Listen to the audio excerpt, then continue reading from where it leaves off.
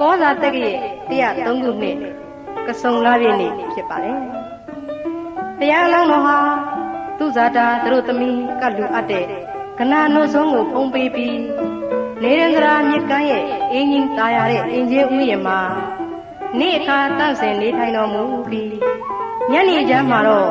ဘောရီပင်ကိုကြွားများတော်မူလို့သုရိယမောင်စင်ရဲ့မျက်ရှိစုပ်ကိုအလှခံတော်မူပြီးဖျားမဖြစ်သမျှငါမထတော့အံ့လို့အဋိဌံပြုလို့ထက်ဝယ်ဖွဲ့ခွေနေထိုင်တော်မူရာမှာယမတရားနတ်အများတို့ဟာဗုဒ္ဓဘုရားရှင်ထံဥခိုက်ရောက်ရှိနေကြတဲ့အချိန်ဖြစ်ပါတယ်။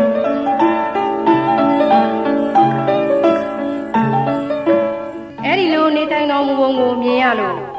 ဧကံမုတ်ချဘုရားဖြစ်တော်မှာပဲလို့သိတဲ့မနတ်မင်းဟာနတ်စစ်တီတွေကိုတတ်မတော်ကြီးဖန်တီးလိုက်ပါတယ်။အဲဒီနတ်စစ်တီတတ်မတော်ကြီးဟာဆိုရင်ရှေ့က12ယူဇနာ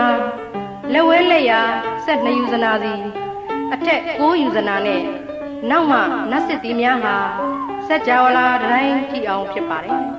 ။နတ်စစ်တီတတ်မတော်ကြီးကိုလက်နဲ့မျိုးစုံကိုင်းဆောင်စေပြီးမနတ်ကိုယ်တိုင်ကတောင်လောက်ကြီးတဲ့ဂိရိမေခလာစင်ကြီးကိုစီးလို့သူ့ကိုယ်မှလည်းလက်ယုံပေါင်း1000ဖန်ဆင်းပြီးလက်နဲ့မျိုးစုံကင်ထားပါတယ်။မနတ်စစ်တီတွေရဲ့ကြွေးကြော်သံကြီးများဟာဆိုရင်ဟေးလာရတော့တိတ်တတ်တာကိုဖမ်းရတော့တိတ်တတ်တာကိုပြစ်ပြတ်တိုက်ကြကြပါလားမလီမော်လားဟောလို့ပြစ်ကြတိတ်တတ်တာကိုမကြောက်ကြလေတိုက်ကြ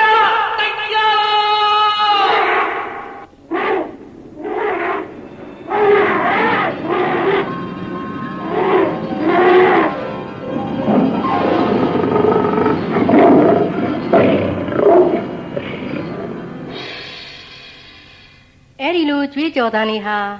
ယူဇနာ1000ကတောင်ကြားရပါတယ်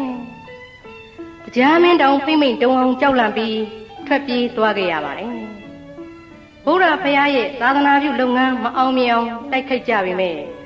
မဟာဂယုဏတော်ရှင်မြတ်ဖရာကတော့တပါးတဲ့နဲ့မတုံ့လှုပ်ပဲမေတ္တာတရားကိုသာပွားများပြီးနေတဲ့အခါမှာမနတ်ရဲ့စစ်လက်နဲ့တွေဟာအရာမရောက်ပဲရှိနေပါတော့တယ်။မြတ်ဖရာကမိမိရဲ့ကုသိုလ်ပါရမီကိုသာအကာအကွယ်ပြုလို့မနတ်ကိုခုလိုညွှတ်ဆိုပါတယ်။မနတ်ငါသည်ဝိနည်းတတ္တဝါအပေါင်းတို့ကိုအိုနာတေဘေးစိုးကြီးတို့မှကဲတင်မည်။ဤသို့ကဲတင်နိုင်အောင်သဗ္ဗညုတဉာဏ်ကိုရောက်အောင်လုပ်ခြင်းဖြစ်သည်